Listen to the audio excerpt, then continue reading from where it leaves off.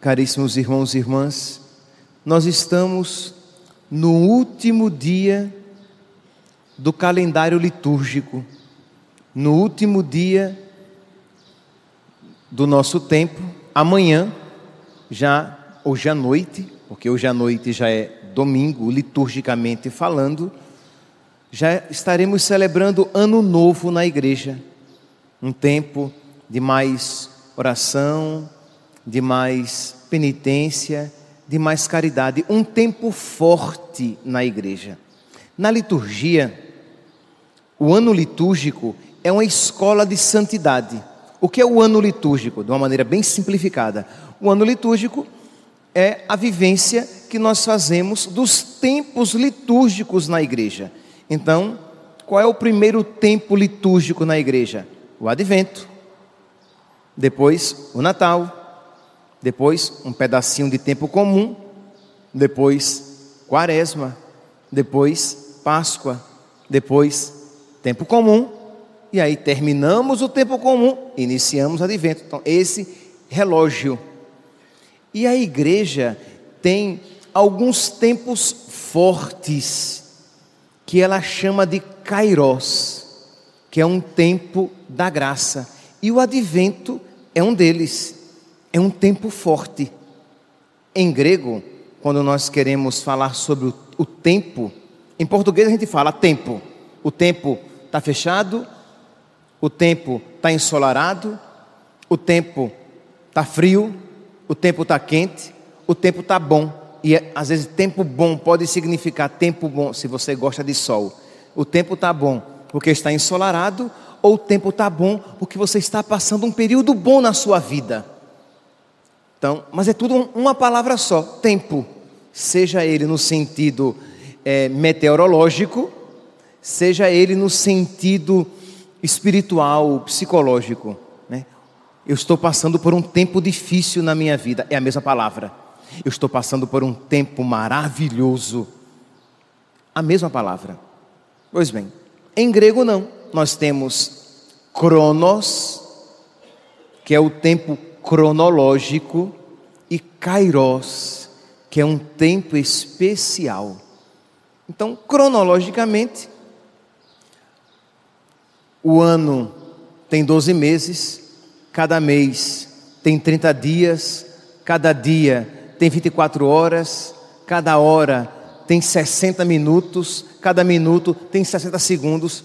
O tempo é sempre o mesmo, cronologicamente falando, a partir do aspecto do Cronos, mas do Kairos não. Nós estamos por começar um tempo diferente, um tempo em que Deus, por meio da sua igreja, Ele dispensa mais generosamente graças salvíficas e de santificação sobre nós.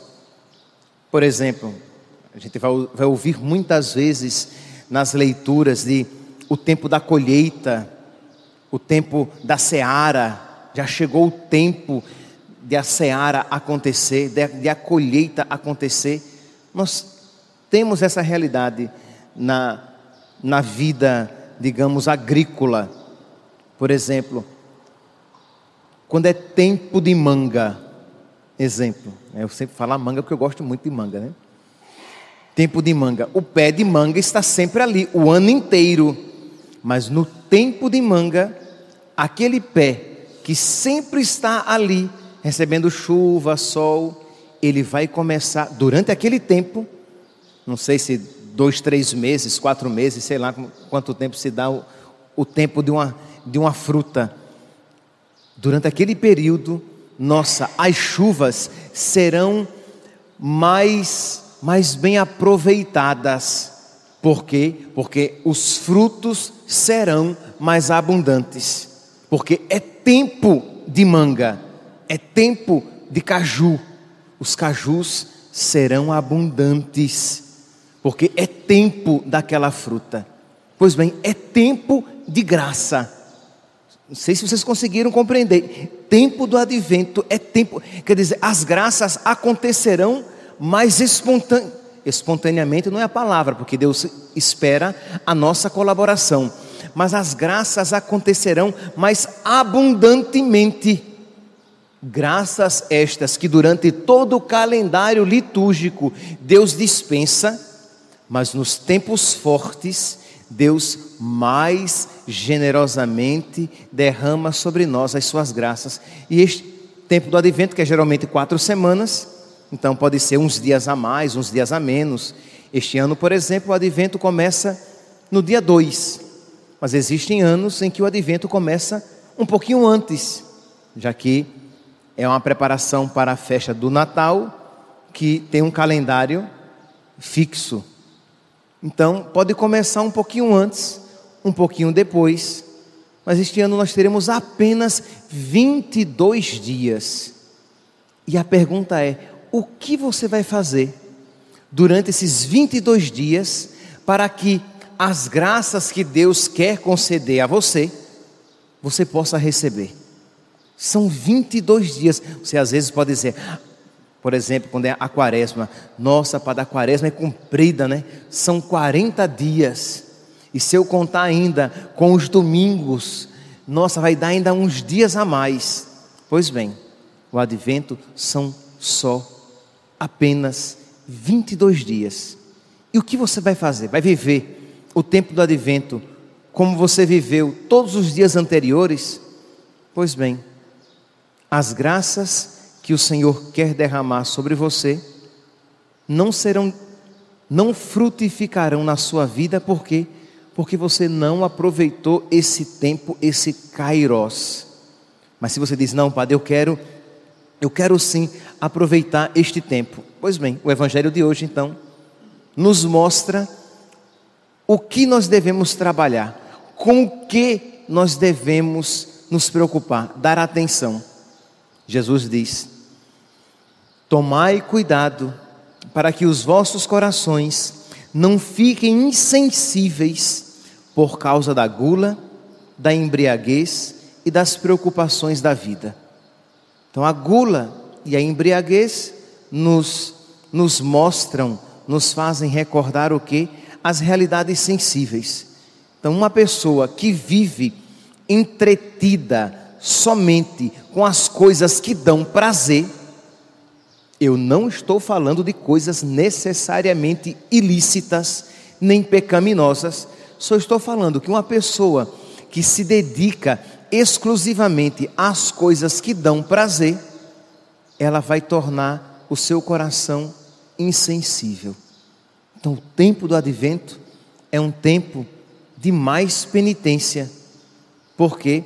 Para que eu me desperte dessas realidades simplesmente sensíveis, que me dão uma satisfação e uma recompensa imediata, e eu possa me despertar para as realidades sobrenaturais. Meus irmãos, esta é uma escola, é uma prática, é um caminho que a igreja há mais de 2000 anos vive. Isto é, de viver a penitência, de aproveitar a penitência como um caminho de despertar dos sentidos espirituais. Por quê? Porque se nós vivermos simplesmente voltados para as coisas materiais, sensíveis, que dão prazer, isto é, você só pensa em comer e em comer comidas gostosas, você só pensa em assistir coisas interessantes. Não estou falando de coisas pecaminosas, né? Coisas interessantes, coisas boas. Você só pensa em que roupa comprar e roupas bonitas. Você só pensa no salário que você vai receber. Como é que você vai desejar a vinda de nosso Senhor se a sua vida é somente voltada, inclinada para as coisas passageiras, para as coisas que dão um prazer imediato? É a comida e a bebida a respeito das quais nosso Senhor fala no seu Evangelho. Então quem sabe no tempo do advento você fazer uma restrição dessas realidades e dizer, sei lá, aqui apenas estou pensando alto, durante o tempo do advento eu não vou ligar a televisão na minha casa. Aí você diz, olha Padre, mas normalmente a televisão não é ligada porque o que eu quero assistir, eu assisto no computador. Pois bem, Então, durante o tempo do advento, eu não assistirei a programas de entretenimento no computador.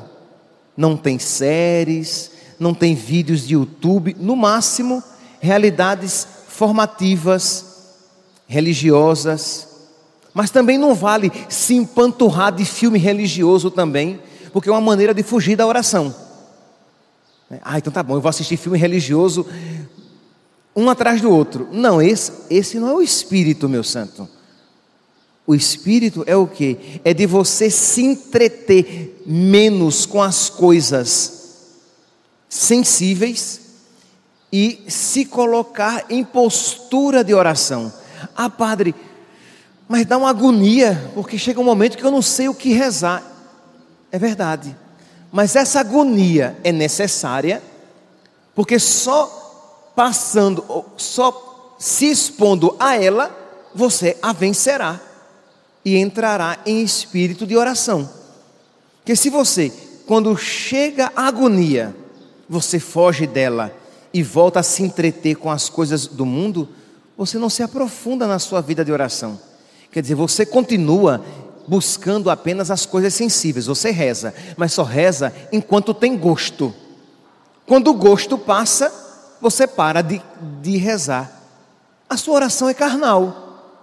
Entende aqui o que eu quero dizer por carnal? É uma oração simplesmente em que você se dedica às coisas sensíveis. Não tem muita diferença daquela pessoa que vai assistir a um filme e quando ela perde o interesse por aquele filme, ela desliga a televisão ou desliga o computador e vai dormir. É uma pessoa guiada pelo sensível. Não é este o espírito.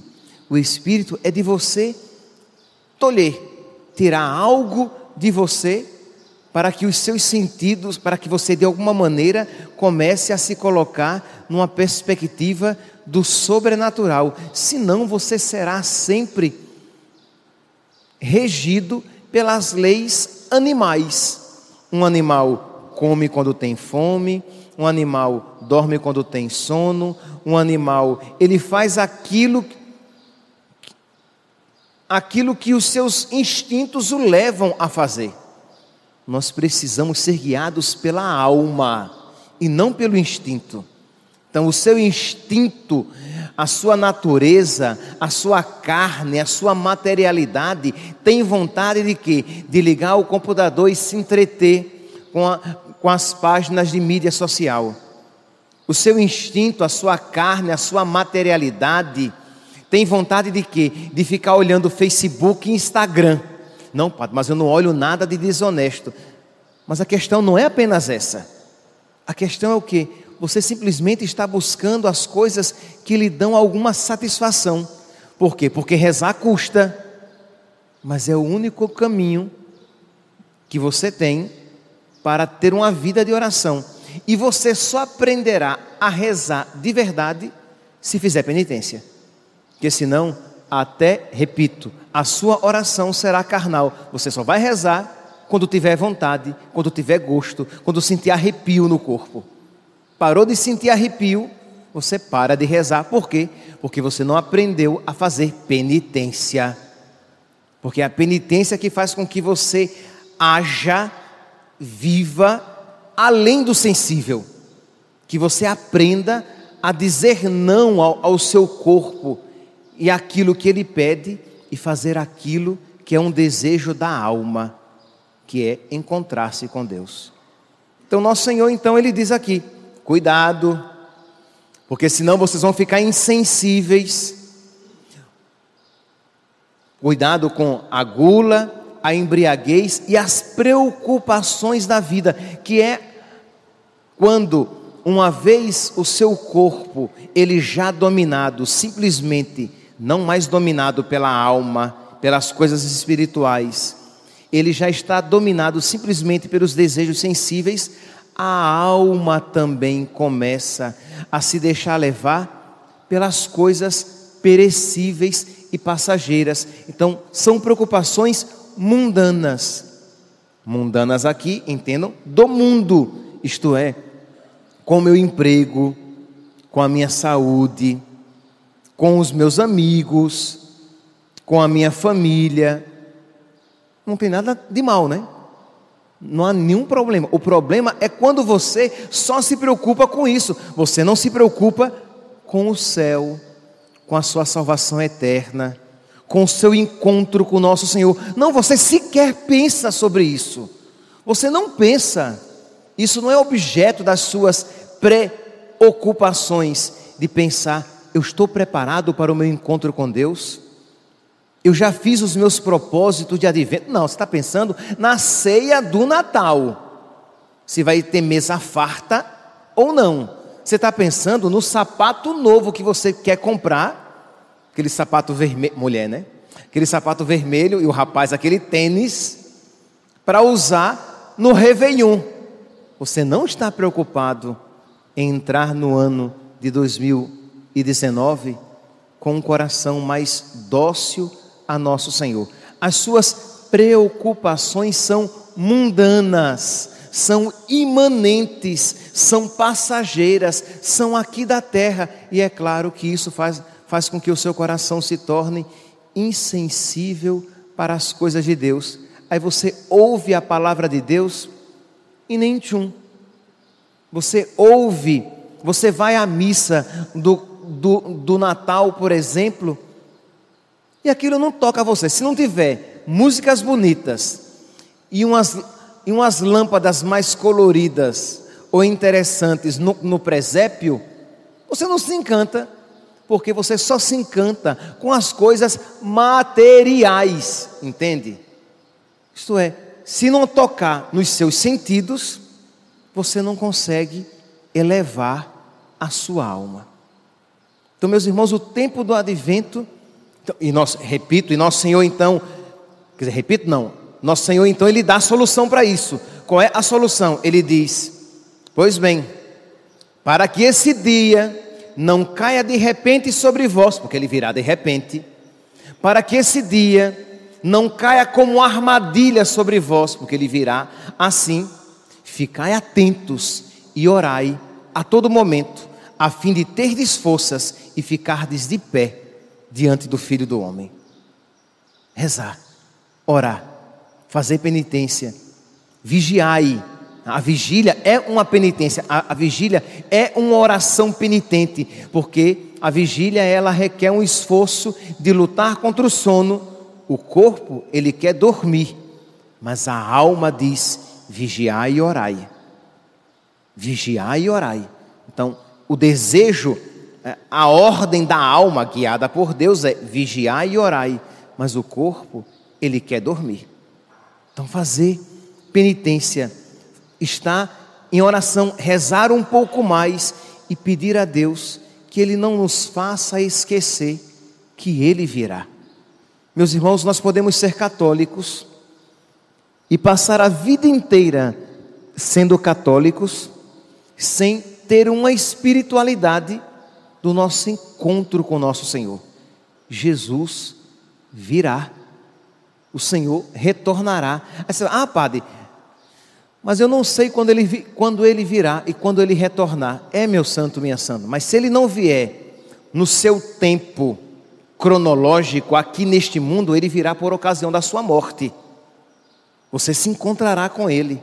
A primeira leitura de hoje, né, a liturgia de hoje é toda ela já escatológica, já é toda ela, entendamos aqui, né, adventista. Entendamos aqui o que eu quero dizer com isso. Isto é, toda uma perspectiva do advento, porque uma preparação. A primeira leitura fala o quê? Da cidade, que não tem sol, porque é o próprio Cristo que a ilumina. De uma cidade que tem plantas que dão frutos durante os 12 meses do ano. Isto é sempre tempo bom. Não é apenas um tempo restrito, mas dá frutos sempre. É uma cidade abençoada. É uma cidade em que não haverá choro, em que não haverá maldição alguma, porque lá está o trono de Deus. E o anjo diz: ouve estas palavras, elas são dignas e verdadeiras. Não sei se vocês já tiveram a experiência, é angustiante, de você ir falar com uma pessoa e você começa a falar a respeito do céu, e você vê que aqui a pessoa ouve aquilo como se fosse história da carochinha. Ela olha assim, ela escuta, ela não ri da sua cara, na sua cara, mas ela ri, porque ela não acredita. E aqui o anjo diz: ouve estas palavras, isto é, o céu existe, o Senhor virá, e no céu o Senhor nos dará tudo e muito mais do que nós desejamos. Ele nos dará infinitamente mais do que nós esperamos. Ouve estas palavras, porque são dignas e verdadeiras. O Senhor mesmo disse por meio dos profetas.